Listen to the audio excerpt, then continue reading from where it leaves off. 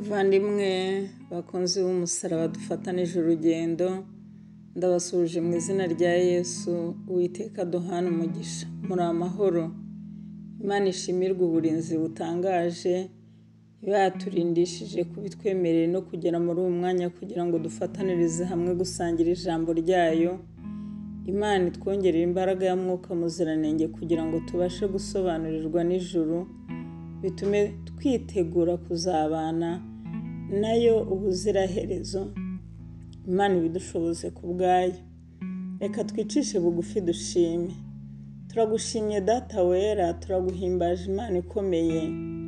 Tugushimiye aka kanya k'ingenzi watugeneye kugira ngo dusangire ibyanditswe byera.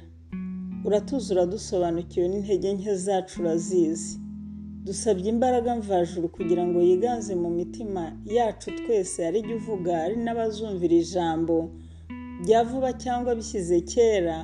Umwuka wera azacengeze mu mitima y'uryumvise wese, kugira ngo bigire icyo aho bituvana n'aho bitugeza, bitwiteguza kugaruka k'umucunguzi wacu uri bugufi. Tubisabye mu izina ry'umucunguzi wacu Yesu Kristo, amen. Tugiye gufataniriza hamwe kwiga ikigwa kivuga ngo kora ibyo usabwa uhabwe ibyo usaba. Kora ibyo usabwa uhabwe ibyo usaba. Reka dutangirire ku ijambo ry'Imana riboneka muri Matayo 22 umurongo wa 1 kugera 14, aho hatubwira neza igitekerezo dusanzwe tuzi twese, ubukwe bw'umwana w'umwami. Ngo Yesu yongera kuvugana nabo abacira umugani ati, ubwami bwo mu ijuru bugereranywa n'umwami wacyuje ubukwe bw'umwana we arongora. Atuma abagaragu be guhamagara abatowe gutaha ubukwe, banga kuza. Arongera atuma abandi bagaragu ati, mubwire abatowe muti, dore niteguye amazimano, amapfizi yanjye n'inka zibyibushye babibaze, byose biriteguwe, muze mu bukwe. Maze abo ntibabyitaho, barigendera, umwe ajya mu gikingi cye, undi ajya mu rutondo rwe. Abasigaye bafata abo bagaragu, barabashinyagurira, barabica. Imana igira ubuntu n'ibambe n'imbabazi.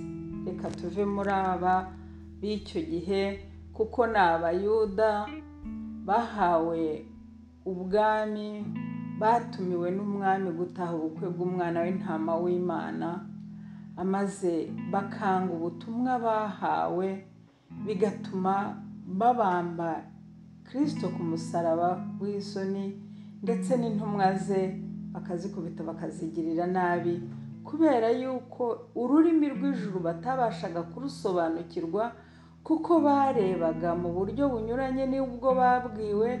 Bo bari bashyize imbere isi n'ibihendo byayo n'ubutunzi bwabo, birengagiza ijuru n'agakiza karyo n'ibyiza bizaboneka. Nicyo gituma bakoze aya marorerwa. None twebwe bite? Kristo ko yadupfiriye ku musaraba w'isoni kugira ngo tumubere amaronko yironkeye, mbese turi maso, twiteguye kuzabana nawe. Ngo umurongo wa 5 ngo maze abo ntibabyitaho, baragenda, umwe ajya mu gikingi cye. Ese aho twebwe ntiduhuzwa umwanya wo kuganira n'ijuru, kubera ko twagiye ku mirimo yacu, kubera ko twahugiye mu bucurucuruse bwo mu rugo bw'imirimo idashira, n'ibindi bintu twerekejeho amaso. Nuko rero bikitwa none, mureke twubure imitwe yacu turebe mu ijuru yo gucungurwa kwacu gukomoka. Kuko nubwo twashaka ko imibiri yacu igira ikuzo n'icyubahiro muri iyi si, ariko n'iby'igihe gito, ibyayo bikarimburanwa nayo. Kandi n'ubundi turabiruhira tubirundarunda, ariko iyo dukuye muri iki gifuniko cy'umubiri biribwa n'abatabiruhiye, tutanabasha no gusobanukirwa bariho. Ku bw'ibyo rero, si byo byari bikwiye kudutwara ingamira n'umwanya w'ingenzi. Maze umwami ararakara, agaba ingabo ze, arimbura abo bicanyi, atwika imidugudu yabo. Ni ukuvuga ko nitudatunganira Imana, tuzapfa, kandi tuzapfa urupfu rubi rwo kuzakongorwa n'umuriro uzarimbura abanzi b'Imana by'iteka. Maze abwira abagaragu bati, ubukwe bwiteguwe, ariko abari babutorewe ntibari babukwiriwe. uko byagenda kose Kristo azagaruka. Abatumiwe batabikwiriye ntibazazuka umuzuko wa mbere, ariko ababyiteguye bakabyemera nibo bazinjirana n'umwami mu bukwe. Nuko nimujye mu nzira nyabagendwa, abo mubonye bose mubahamagare baze gutaha ubukwe. Abo bagaragu barasohoka bajya mu nzira, bateranya abo babonye bose, ari ababa ari abeza. Inzu yo gucyurizamo ubukwe yuzura abasangwa. Kristo yadupfiriye ku musaraba, twese ababyemeye n'abatabyemeye. Ababyemeye bazabona ubugingo buhoraho, abatazabyemera ngo bizere uwo wabacunguye bakira ako gakiza bazaribwa n'umuriro w'inkazi uzarya abanzi b'Imana. Kandi amagambo y'imbuza dusobanurira ibyo yageze kuri buri wese muri twe. Dutunze Bibiliya, dutunze ibitabo by'umwuka w'ubuhanuzi, twumva ibibwirizwa bica ahantu hose. Iyo miburo nituyumva tukayemera tuzabona ubugingo buhoraho, ariko nidukomeza kunangira tuzaba dutegereje akaga kazagerwaho n'abatumvira Imana. Umwami yinjiye kureba abasangwa, abonamo umuntu wambaye umwenda utari ubukwe. Twese twahawe amahirwe angana yo kwakira ikanzu yera ya Kristo turi muri iyi si, tukagenda tutagenze gukiranuka kwacu, ahubwo twese twambaye gukiranuka kwa Kristo. Ababyemeye bazagira amahirwe yo kuzabana n'umucunguzi wabo ubuziraherezo. Ababyanze nk'uko yaje kureba akabona hari abantu bahawe umwenda wo gukiranuka, umwenda w'ubukwe, bakanga kuwambara, bagakomeza guhagarara banangiwe imitima, batabashije kwakira umwambaro wo gukiranuka kwa Kristo. Maze arababwira ati, aramubaza ati, mugenzi wanjye, ni iki gituma winjira hano utambaye umwenda w'ubukwe? Nawe arahora rwose, ntacyo kwireguza yari afite. Maze umwami abwira abagaragu bati, nimumuhe amaboko n'amaguru, mumujugunye mu mwijima hanze, aho bazaririra bagahekenyera amenyo. Kuko abatowe ari benshi, ariko abatoranijwe ari bake. Kristo akiri ku ntebe y'imbabazi. Umuntu wese ku giti cye, bavandimwe inshuti zanjye, ndasaba ngo yinire yibaze ngo mbese koko ikanzu yo gukiranuka kwa Kristo nambaye yabizira ikizinga, cyangwa naba narakomeje kwambara kamere yanjye? Uyu wari wanze kwambara umwambaro wo gukiranuka kwa Kristo ni uwanze kuyoborwa n'imbaraga ya Mwuka Muziranenge, agakomeza kuyoborwa na kamere ye icogora icika intege irarikira gukiranirwa. Mbese naba naragize amahirwe yo gutsinda iyo kamere? Waba waragize amahirwe yo gutsinda iyo kamere? Icyo ni ikibazo cy'umuntu wese ku giti cye, kandi nukoga amagazi amazi si yayandi, siko bizahora bigishoboka. Dukwiye kujya mu ruhande rw'Imana, ukaba wicaye ufite ibyiringiro bizima yuko wakurwa mu mubiri, none wa Kristo yagaruka ejo cyangwa ejo bundi azasanga witeguye, utegerezanije ibyiringiro rwose, nta kizinga kiri ku mwenda wo gukiranuka kwa Kristo wambitswe.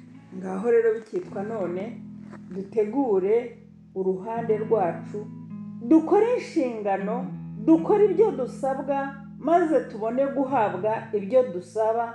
Ibyo dusabwa ni ugutunganya, kumvira Imana, dutunganya amategeko yayo yose azira inenge, noneho tubone gusaba ubugingo buhoraho, aribwo Kristo yaduhaye ku musaraba i Karuvari, atwambika gukiranuka kwa Kristo kutari ukwacu, akatwejesha amaraso y'igiciro cyinshi yasheshe ku musaraba ku bwacu. Nuko bikitwa none akiri ku ntebe y'imbabazi, twinjire muri Kristo, duhishwe muri we, twibuka yuko gupfa k'umuntu bihwanye no kuzimya buji. Igihe utazi, igihe udatekereza, buji ibasha kugira iki kazi mu buzima bwawe bukazima. Nyaboneka naho wakurwa muri iki gifuniko cy'umubiri, tuye dusinzire dufite ibyiringiro ko mu gitondo cy'umuzuko tuzumva impanda tukazuka, kuruta uko impanda izavuga abapfuye ari abakiranirwa ntibayumve, bakazazuka bwa nyuma imyaka 1000 irangiye, Kristo aje gutunganya isi, ubwo bazazukira gucirwaho iteka by'iteka ryose, bagakongorwa n'umuriro wabikiwe abanzi b'Imana. Twebwe twumvise iyi miburo bigishoboka Kristo akiri ku ntebe y'imbabazi, dusiganirwe kwinjira muri Kristo kugira ngo tuzarindirwe muri we, maze ubwo agiye kuzaza yadusize atubwiye ko azagaruka gutwara itorero, tuzasangwe turi maso twiteguye tubane nawe ubuziraherezo. Reka turebe andi magambo adufasha gusobanukirwa neza aboneka mu migani ya Kristo ku ipaje ya 45, ahavuga ngo umwami wasuzumaga abatumirwa ashushanya imirimo mu rubanza. Tuzi neza twese iyo tuteguye urubanza, imbere yacu hari urubanza, twitegura mu buryo butangaje tureba ingingo yose yatuma tubasha gutuma dutsinda. Abatumirwa ni abavuga ko bakorera Imana, amazina yabo akaba yanditswe mu gitabo cy'ubugingo, nyamara siko bose ari abigishwa ba nyakuri. Ingororano iheruka itari yatangwa, ni ngombwa kuzafata icyemezo cy'abazayigiraho umugabane. Icyo cyemezo kigomba gufatwa Kristo ataragaruka, kuko igihe azaba azanye ingororano kugira ngo umuntu wese agororerwe ibikwiriye ibyo yakoze akiri muri uyu mubiri. Nuko rero mbere y'uko agaruka ni ngombwa ko hagira ibyemezo bifatwa kuri buri muntu wese wo mu bakurikira Kristo. Umuntu wese agomba kwiyemeza imico agomba kugira no gufata icyemezo cy'ingororano azahabwa gikwiriye ibikorwa bye. Bikitwa none Kristo akiri ku ntebe y'imbabazi, umuntu wese nafatira icyemezo ubugingo bwe ateganya ingororano azahabwa ikwiriye ibikorwa yakoze. Igihe abantu bakiri kuri iyi si, urubanza akagenzuzi rwo rurajya mbere mu ijuru. Imibereho y'abayoboke ba Kristo bose inyuzwa imbere y'Imana, igasuzumishwa mu byanditswe mu bitabo byo mu ijuru, igasuzumwa mu byanditswe mu bitabo byo mu ijuru, maze umuntu wese akagerwaho burundu, akagenerwa ibikwiriye ibyo yakoze akiri muri uyu mubiri.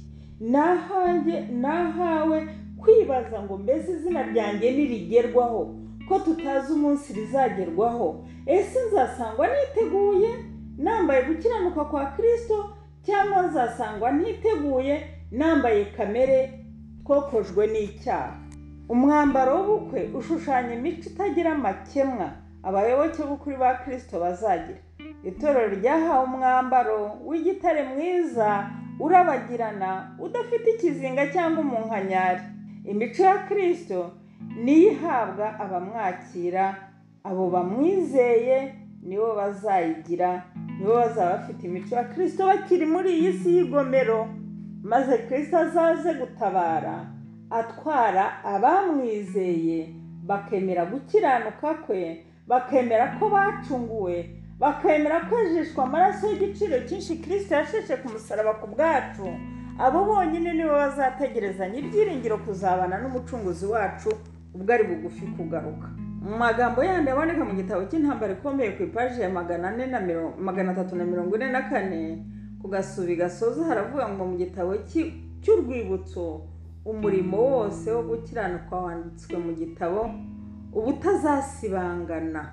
Ngo mu gitabo cy'urwibutso umurimo wose wo gukiranuka wanditswe ubutazasibangana muri icyo gitabo cy'urwibutso. Igishuko cyose umuntu yatsinze, icyaha cyose umuntu yanesheje, ijambo ryose rihumuriza abandi wavuze rizahora ryibukwa muri icyo gitabo.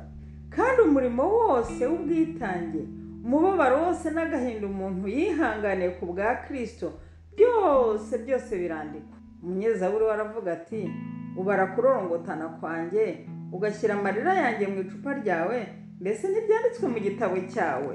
Ni kuko biranditswe.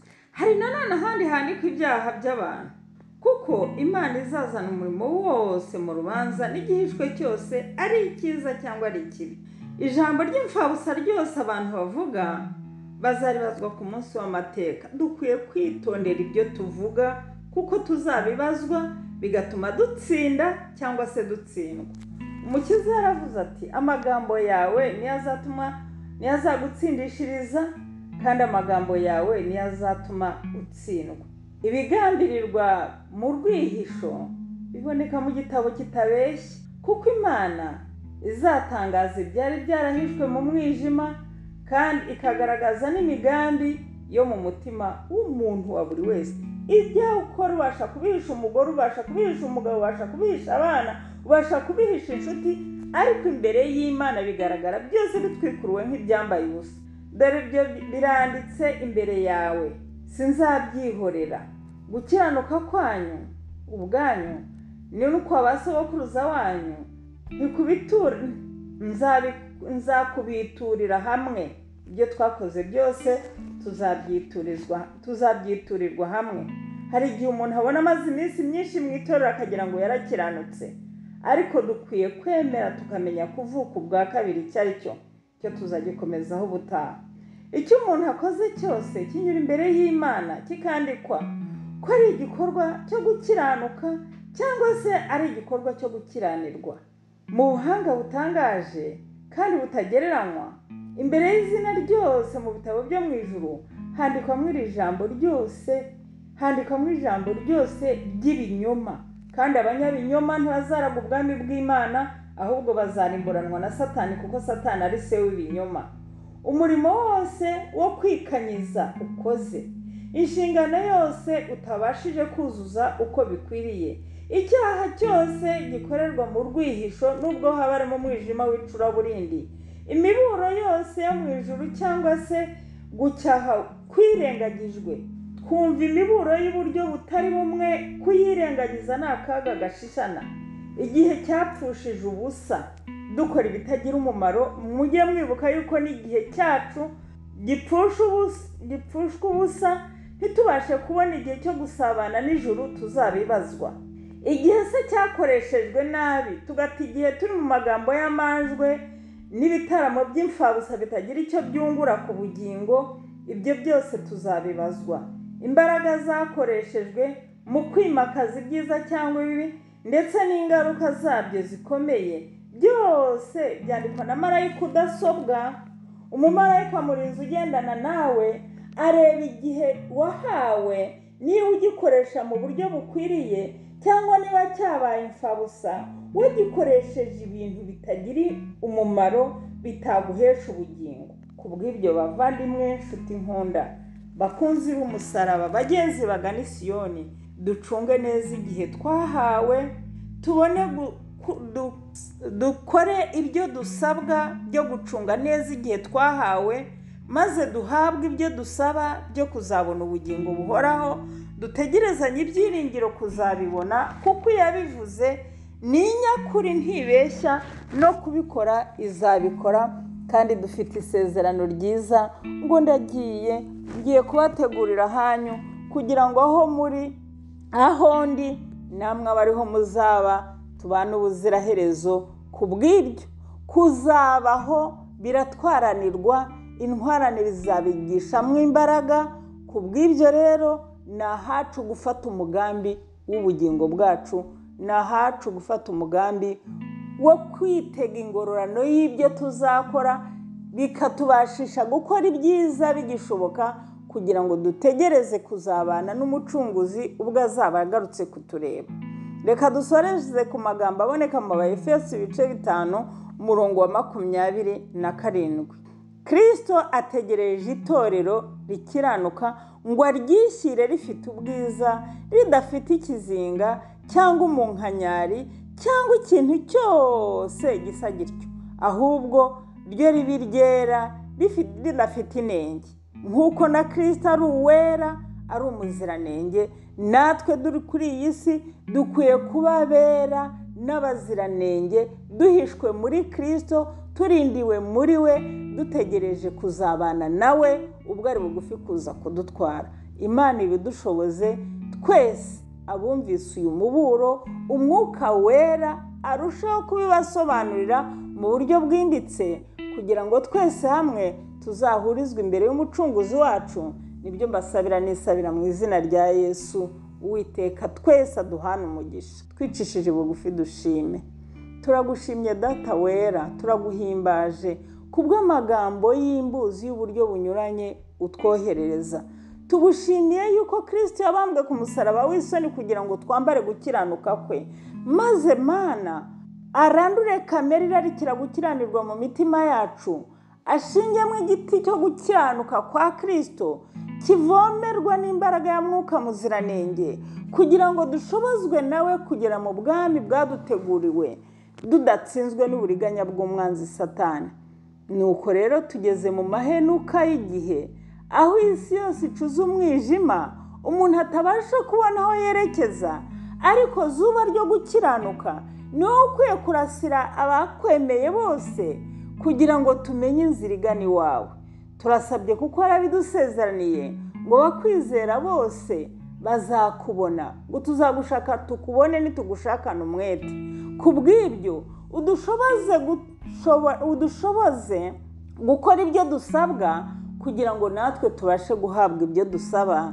Ubidushoboze kubw'ubuntu bwawe, tubyambaje mu izina ry'umucunguzi wacu Yesu Kristo. Amen.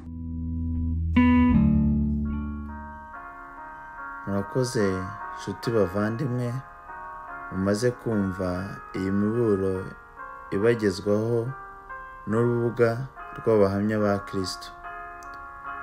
Duharanire twese kuba mu ruhande rwa Yesu Kristo, tuva mu byaha kandi tumwitegura kuko ari hafi kugaruka. Duhitemo Yesu bikiri none, kuko ejo atari ahacu. Ushaka kutwandikira wajya ku rubuga website abahamyabakristo.org, email info@abahamyabakristo.org, kuri telefone guteranya 1 7 7 8 5 6 6 7 9 7. Abahamya ba Kristo twishimira ababaza ibibazo cyangwa abaduha ibitekerezo. Mudufashe musangize inshuti n'abavandimwe iby'iyi miburo. Uwiteka abahe imigisha myinshi.